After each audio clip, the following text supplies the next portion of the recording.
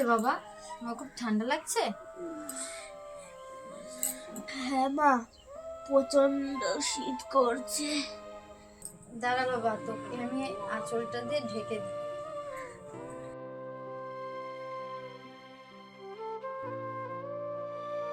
এবার ঠিক আছে বাবা?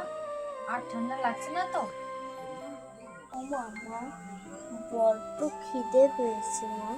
এই তো বাবা, ভাত ফুটছে, আওয়াজটা শুনতে পাচ্ছিস?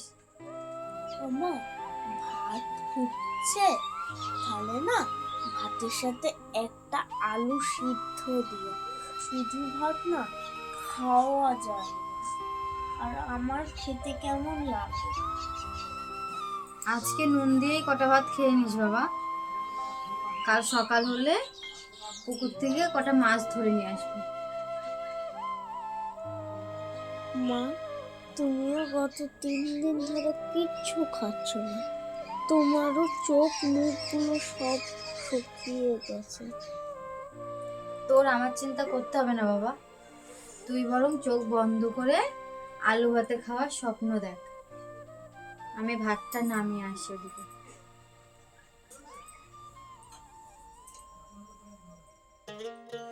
আমার চোখ দুটো কেড়ে নিয়ে খুব ভালো করেছো ভগবান। এদিকে টক বগিয়ে ফুটছে ভাতের জল। ছেলে তো ঠিকভাবে কথা পর্যন্ত বলতে পারছে না, দেখো অসুস্থ হয়ে ঘুমিয়ে পড়লো। ওর বাবা ওদিকে কবে কোথায় গিয়েছে এখনো খোঁজ নেই। আমারই পোড়া কপাল।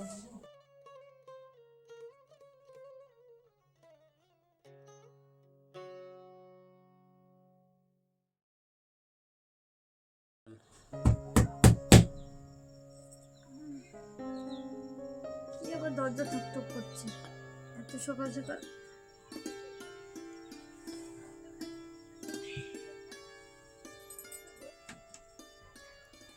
কে ভাই এত সকালে? বৌদি, দাদা শহরে একটা ভালো কাজ পেয়েছে, তা তোমাদের দুজনের জন্য এই টাকাটা পাঠিয়েছে, ধরো। তোমার দাদা টাকা পাঠিয়েছে? দেখ বাবা, তোর বাবা শহর থেকে টাকা পাঠিয়েছে, আর সামনের সপ্তাহে তোর বাবা বাড়ি আসবে। ও মামা, তাহলে তো আমাদেরও আর অভাব হবে না। আমরাও তো আর নুন ভাত খেয়ে থাকতে হবে না। তাহলে তো আমরা লোকের মতন মাছ মাংস সব খেতে পারবো।